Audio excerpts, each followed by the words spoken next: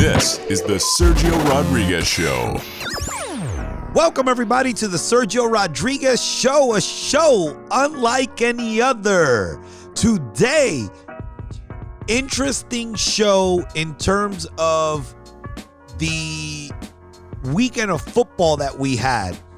6 games, very unique style, something that I think the NFL might need to consider because moving forward, they added the extra team this year because of the COVID situation, but something that they might need to consider because I think it put a lot of premium on the 1 seed. And I think the 3-game format worked out spectacularly, particularly because it gives you a margin for error if you don't get a good game here and there. Which, look, it's going to be the case sometimes, right? Fortunately for the NFL this week, the games that probably would be, lopsided would be that 2-7 game or the 3-6 game.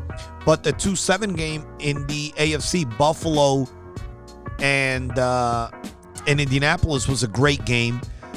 The Bears-Saints game was a snoozer in the NFC, but you know what? I mean, it was 21-9. If the Bears could have done anything on offense, they could have made that game competitive. So the games were all pretty much, competitive. But again, it gives you a margin for error as you're going through the day and looking at these games. The other thing we're going to discuss is the National Championship game. And I know that they had some bad ratings for the Alabama-Ohio State game. And a lot of people over the last 24 hours have been complaining and saying that, essentially nobody wanted to watch Alabama. They're sick and tired of Clemson, Alabama. But I'm going to explain to you what the real issue is with that. And then obviously we're going to give you a little playoff preview for next week's 4 games. But first, Triangle Ink. Triangle Ink is the leading manufacturer in the screen printing industry, delivering the finest inks for over 35 years. Check them out at triangleink.com or call them at 1-800-524-1592. Vergona Cranes, located at 180 West Forest Avenue in Englewood, New Jersey. Vergona Crane operates 24 hours a day, providing crane rentals, trucking services, and warehousing for storage. Vergona Crane services the New York and New Jersey area. Call them at 201-945-7209 or on their website at vergonacrane.com. Paramus Driving School. Safety and professionalism begins with Paramus Driving School, serving the North Jersey area like no other. Contact them at paramusdrivingschool.com or call them at 201-986-8300. We go back to Saturday in Buffalo. The Bills handled the Colts 27-24. Both quarterbacks were really good. I got to give it to Phillip Rivers. Rivers is a guy that is clearly at the end of the road. We know that. I mean, would I be shocked if an athlete whose better days are over decides to come back and play one more year? No.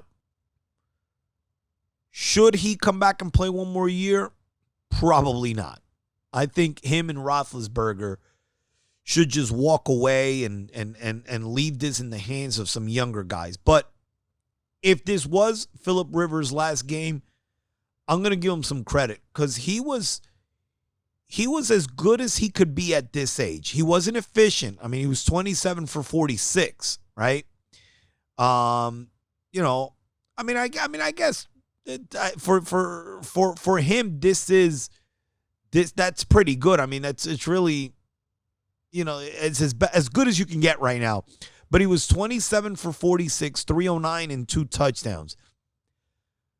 He was not the reason they lost. There was a play that I felt he could have made. There was a throw on a slant that he just didn't hit, threw it behind the receiver. that probably would have been a big first down during a drive. But to be honest with you, he was good. He was good. Josh Allen was just better. Allen was 26 for 35, 324, 2 touchdowns, and ran for 1. Diggs, I mean, you can't say enough good things about the addition of Diggs this year to Buffalo. Diggs 6 for 128 and a touchdown. But let's go back to why the Colts lost this game. They had 472 yards of offense. Perfect. They even ran for $163, which is usually a great recipe in a playoff game. But at 10-7, up 10-7, in the second quarter, they pass up an opportunity to kick a field goal. And, I understand a lot of these guys have stopped kicking field goals anymore in the NFL. I don't get it. I think it's because a lot of times they find themselves in these situations where they feel that these games are going to be won by the team that scores the most touchdowns because these games are high scoring or more high scoring than they were in the past. But realistically, if you kick the field goal, I would tell you that if you go back and look at the moments of where teams A, didn't kick the field goal, or B, didn't take the extra point and started chasing points, that comes back to hurt you more than not kicking the field goal and trying to go for 2 and actually succeeding helps you. Because that's a perfect situation where if you go up 6 in that spot, you guarantee yourself that you're going to be in essentially, worst case scenario, a 1-point game when you touch the ball again, which is either going to be at the end of the half or to start the third quarter. I mean, that's what these games should be about for coaching, setting yourself up. I always bring up the fact that in basketball, teams have to do the 2-for-1, and a lot of people don't use it, particularly in college basketball, they don't use it. You got a 2-for-1 teams if you can sometimes. And that was a perfect situation where maybe you weren't going to get the ball twice in a row because Buffalo was going to receive the ball out of the half. But you knew that even if they scored a touchdown to end the half and you were down 14-13 and they came out and scored another touchdown, worst case scenario, you're down 8. But instead, they ended up not kicking the field goal. Buffalo comes down, scores a touchdown, and then Buffalo ends up kicking a field goal and getting another touchdown out of the half. So now you're down 24-10 instead of 24-13. Make a long story short, the Colts do battle back, and give them credit for that. They gave themselves a shot. They had the ball, at the end with a chance to tie. But, that game should have been tied. That's the point. You passed up on points that really, made no sense at the time. It just made no sense at the time. Buffalo only ran for 42 yards or from their running backs, I should say. They only got 42 yards from their running backs. Now, they only gave them the ball damn near 10 times. So it's not like they were committed to running the ball. And I felt that there were a couple of times there in the fourth quarter where they should have ran it a couple more times. I hope that doesn't become an issue for them like it did for Pittsburgh. The difference is they get a lot of yards from the quarterback that is unaccounted for or unplanned when you talk about the running game. Buffalo's at home to the Ravens next week. The Rams 30-20 over Seattle. Look, Seattle struggled on offense, and I told you that they would. I told you that the last 9 weeks, Seattle was just a mediocre to below, they were just a bad offense. They were below, I can't even call them mediocre. They were worse than mediocre. 4 of those games, and if you include the playoff game, under 200 yards passing for Russell Wilson. Wilson was 11 for 27 for $174, 2 touchdowns and a pick 6. Now, look, they did run for $136, but you can't win these games and be under 300 yards of total offense. And I told you that would be the case because it was a terrible matchup for them. The Rams were a terrible matchup for them. And look, it's not like the Rams are world beaters offensively either. You guys know how I feel about them. They're a one-trick pony, and they got to trick you to score. But when you're giving them interceptions for touchdowns and turnovers with short fields, yeah, they're going to score. The game was 6-3 Rams in the middle of the second quarter. That game was trending, to be 17-10, to be, 20-16, the way we predicted. But Russell Wilson throws the pick 6. And from that point on, there were 24 points scored in the last 6 minutes of the second quarter. Wolfer started the game for the Rams, got hurt really early in the game, neck injury, head injury. And Goff came in. He was 9 for 19 for $155 and a touchdown. Didn't do much, but really didn't have to. Seattle's offense set this game up for them. Cam Akers, 28 carries for $131 and a touchdown. The Rams travel to the Packers. Tampa Bay 31-23 over Washington. More offense in this game than I thought. And I guess you can credit the kid Heineke at quarterback for Washington. He was 26 for 44, 306, a touchdown and an interception, but he played well. He played well for someone who was thrusted in that situation to have to go in there and play. He did the job. Brady, 22 for 40, 381 and 2 touchdowns. He wasn't sharp by any means. And look, let's be honest. By the way, Evans, 6 catches for 119. But let's be honest with Tampa Bay here. We told you that they were 1-5 going into games or versus teams with winning records. And they were going into this game to play a playoff team, but hardly a team with a winning record, right? But at 18-16, Washington holds Tampa Bay to a field goal early in the third. Washington comes back and goes 3 and out. That was the game right there. That was the game. And then Tampa comes back with a 7-play, 69-yard drive, and that essentially culminated in a Fournette touchdown run, but that essentially ended the game. But they had their shot. I knew that Tampa Bay was not going to run away from these guys because, one, the Washington defense is pretty good. And Tampa Bay struggles with teams that are good. Now, is Washington a good team?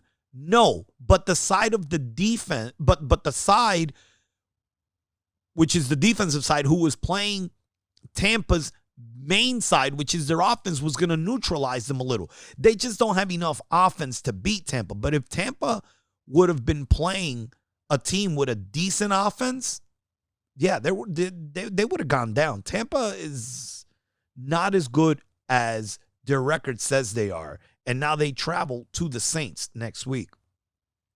The Ravens 20-13 over Tennessee.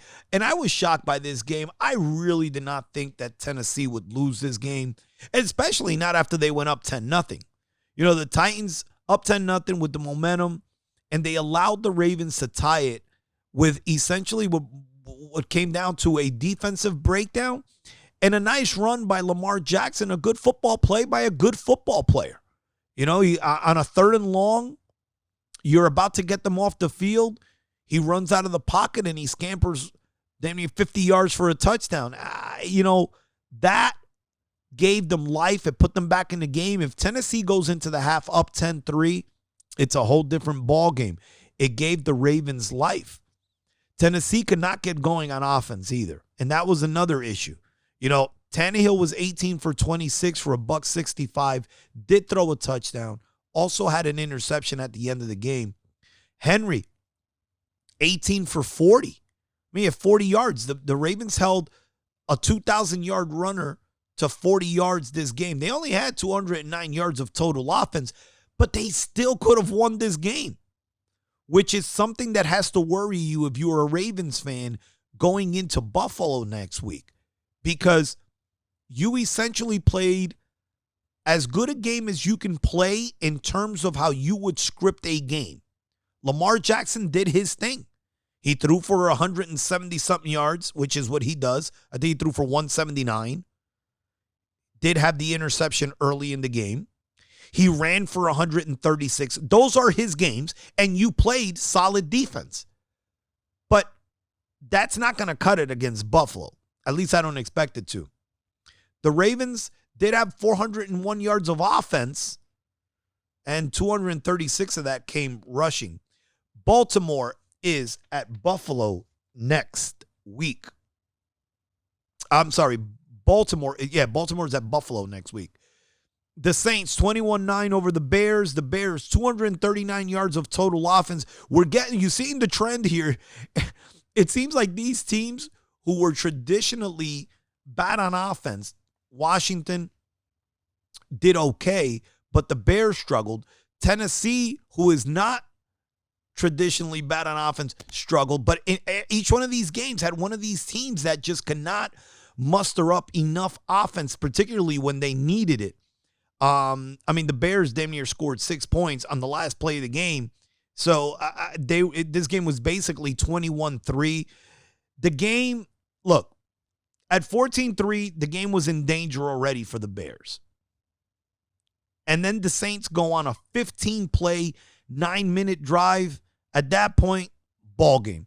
The Saints got 23 for 99 from Kamara. And Breeze was 28 for 39 for 265 and 2 touchdowns. Breeze, he's another one who I can throw in that Rivers Roethlisberger conversation about it being time to move on. Mitch Trubisky, 19 for 29, 199 and a touchdown. But realistically, nothing of value really to the game. The Bears only ran for 48 yards. And now the Saints will be hosting Tampa Bay. The Browns, 48-37 over Pittsburgh. The Browns jumped out 28-0 and 35-7, and the game was over at that point. Pitt had everything go wrong for them. Everything go wrong for them. They start the game off with a bad snap for a touchdown. Then on the next drive, they're at midfield. So now you're down 7-0, but you're at midfield, about to just answer that. Roethlisberger throws an interception. Next drive, punt. Next drive, they get a holding penalty, which puts them in a 1st and 20, and then another interception sets up Cleveland at the 15 going in, and now you look up, and it's Cleveland 28-0. Now, I had picked Cleveland to win this game, although I must say we were 0-3 on the Sergio Rodriguez picks. We had the under in the Rams game, which looked good and then just went haywire late in that second quarter. We had the under in the Tampa Washington game. And then we had Tennessee, and all three obviously lost. But we did have Cleveland. When we spoke about the games last week in the playoff preview, I did feel that Cleveland would go in there and win because I've been saying it all year, that Pittsburgh was a paper tiger, and I knew that they would struggle in this type of game. Baker Mayfield, 21 for 34, 263, and 3 touchdowns. my friend Sid sent me an interesting note. He sent me a thing that read that Baker Mayfield is the oldest remaining quarterback of the 4 AFC quarterbacks still alive. That's incredible. And that's why I tell you that guys like Ben and Rivers and Breeze have to now just move on and leave this game to these younger cats. Ben Roethlisberger. So I'm going to read Ben Roethlisberger's stats the way his mom would read them. 47 for 68, 501, and 4 touchdowns. She would leave out those 4 interceptions. The Browns travel to Kansas City next week. Lucimer Auto Body, located at 27 Austin Street in Newark, provides top-of-the-line service to make your collision experience as smooth as possible. Go to lucimer.com or call them at 973-824-0113. M&J Luxury Inc. For the most unique experience in the medical transportation business, call M&J. Located in New York City with over 1,000 cars at your disposal, call them at 718-278-2222 or 914-484-7264. You know, the national championship game for football played out, and Alabama beat Ohio State 52-24, a week after Ohio State had really looked really good against Clemson. And what came out of this game was a couple of things. Number one, it was the lowest rated game ever, if I'm not mistaken, for a championship game is what I read. And number two, on Twitter and all the social media stuff that I read, was a criticism of the lack of parity that exists in college football in terms of it's becoming similar to women's college basketball or women's college softball, right? Where you turn it on in the beginning of the year and you can predict who's going to be standing at the end. Now, who's standing at the end might rotate between 2 or 3 teams, but whether you're filling out a women's NCAA bracket in basketball, just put the top 4 seeds, you're going to hit most of the time. If you're watching softball, I can tell you that anyone reasonable in the softball world can pick out the 8 teams that are going to be in the final 8. And college football's becoming that way to a lot of people. But let me tell you what the difference is. I don't know, outside of just altering the scholarship situation in basketball and in a sport like softball, I don't know how you could fix that. I mean, there's a lot of things that can be done, but they're too dramatic. But football's not really in that same situation. It appears that way, but it's not. Let me explain to you what the issue is. When college football switched from the old format of bowl games, right, of the Pac-12 and the Big Ten playing in the Rose Bowl and, the ACC and, somebody playing in the Orange Bowl and so on and so forth. What we got with that was repetitive matchups that would happen now in bowl games because now you're playing a Final Four. Everybody thought the Final Four was going to be a good thing for college football because the games was going to be decided on the field. Theoretically, that sounds great. But what's happening is it's giving a reprieve that was never there years ago for teams that lost the game. And let me give you an example. So like in 2012, the number one team in the BCS going into the game was Notre Dame. They were undefeated at the time. They were 12-0. Did we believe they were the best team? No, we didn't. We knew that. But they had the one ranking. They would have never played Alabama. So therefore, they probably would have played their bowl game, let's say against the Miami in the Orange Bowl or Oklahoma, whatever. They would have won that game, and they would have been probably the national champion at 13-0.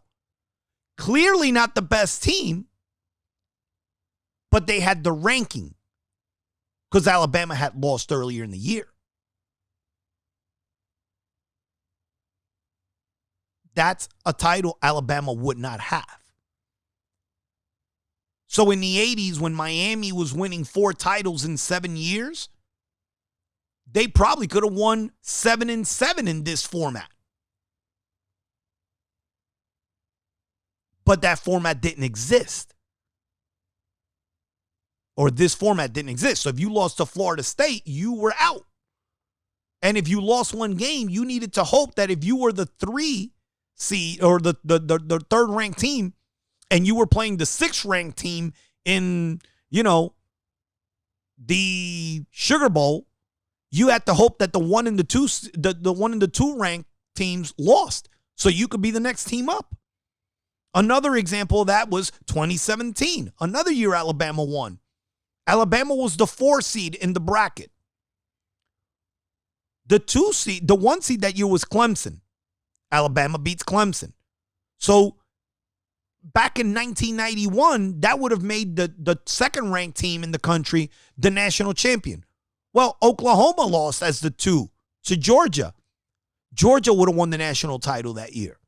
And so my point is, I understand that the game is being decided on the field, and we're getting, theoretically, the best team winning.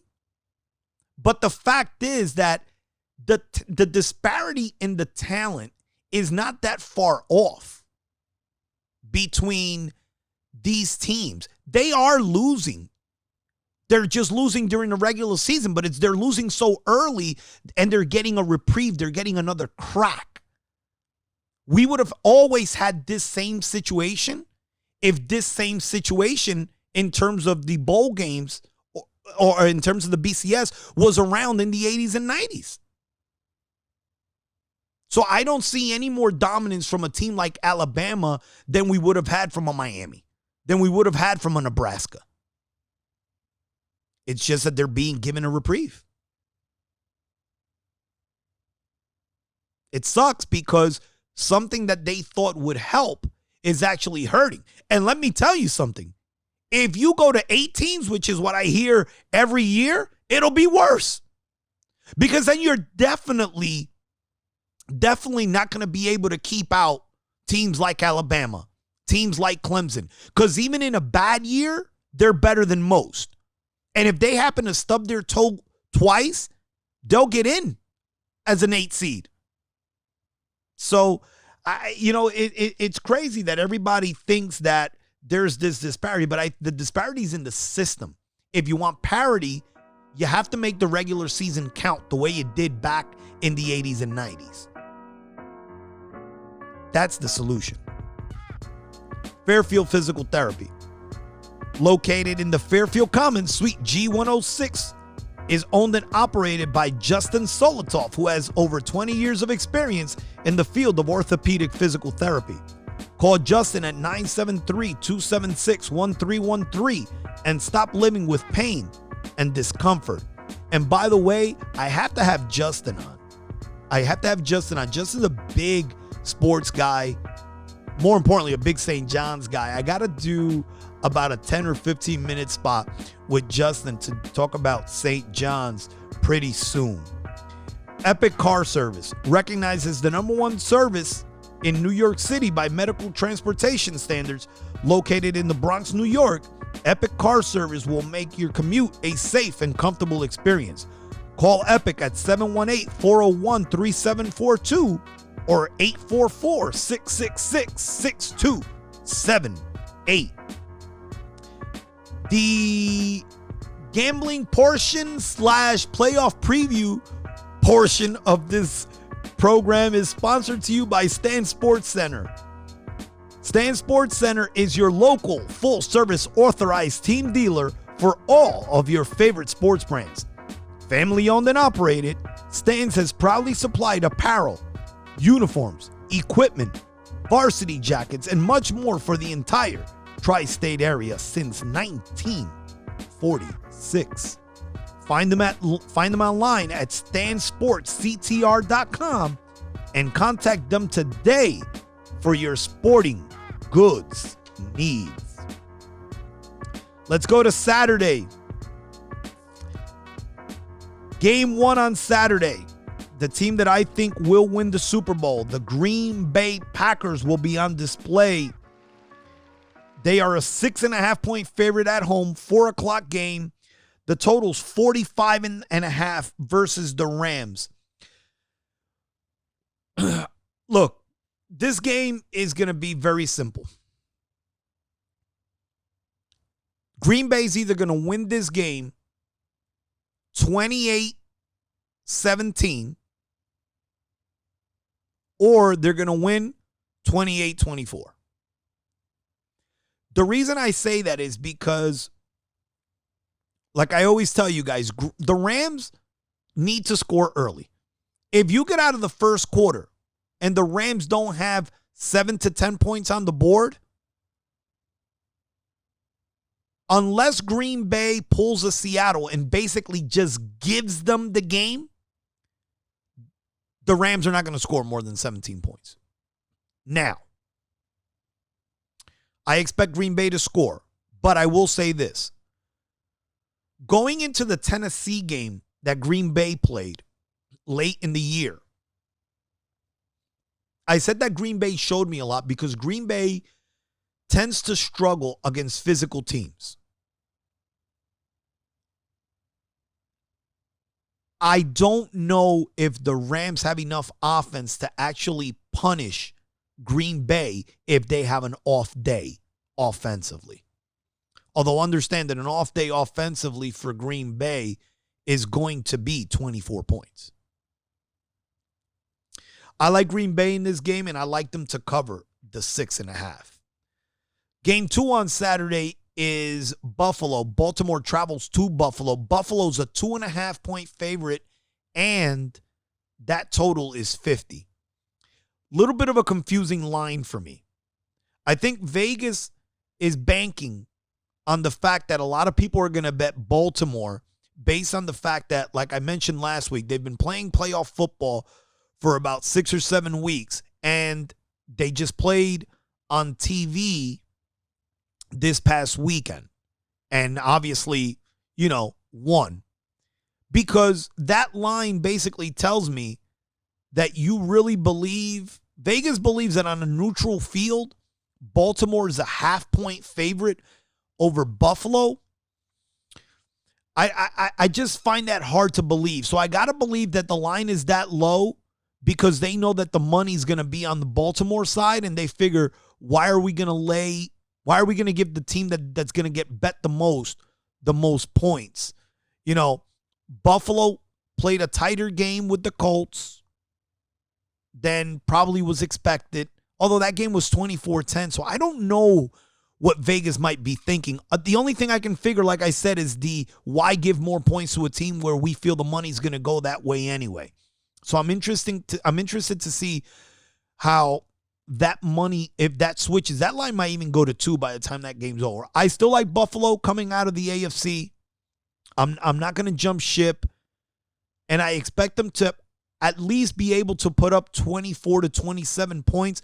I don't know if Baltimore can get to that mark offensively.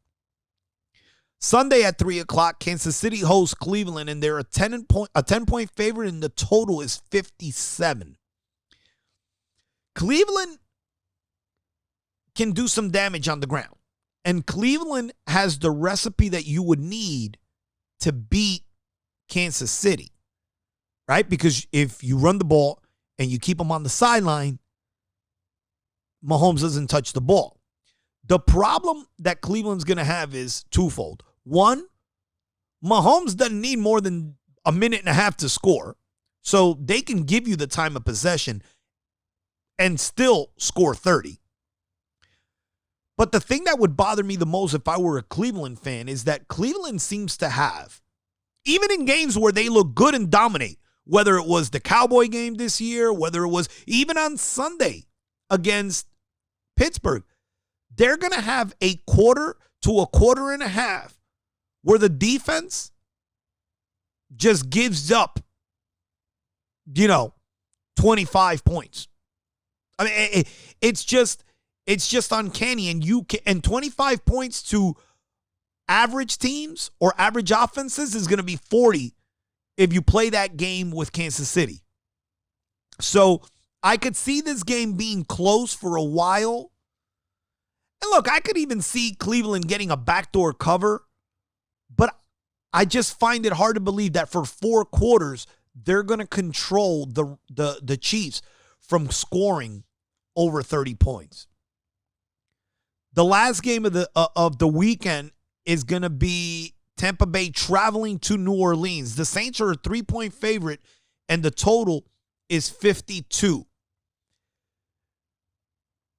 We go back to the initial stat. Tampa struggles against teams with winning records. They're 1-5. Do we expect them to go in there and win? No, we don't. But again, here's something that you got to consider. Why is that line only 3? Is it because the Saints didn't look sharp against the Bears and Tampa Bay won on Saturday and people, again, the money, Vegas thinks the money's going to go to Tampa, so why give them extra points? Because of Brady? Because what you're telling me is that on a neutral field, this game is a push? It's an even game? Tampa struggles with teams that play good defense.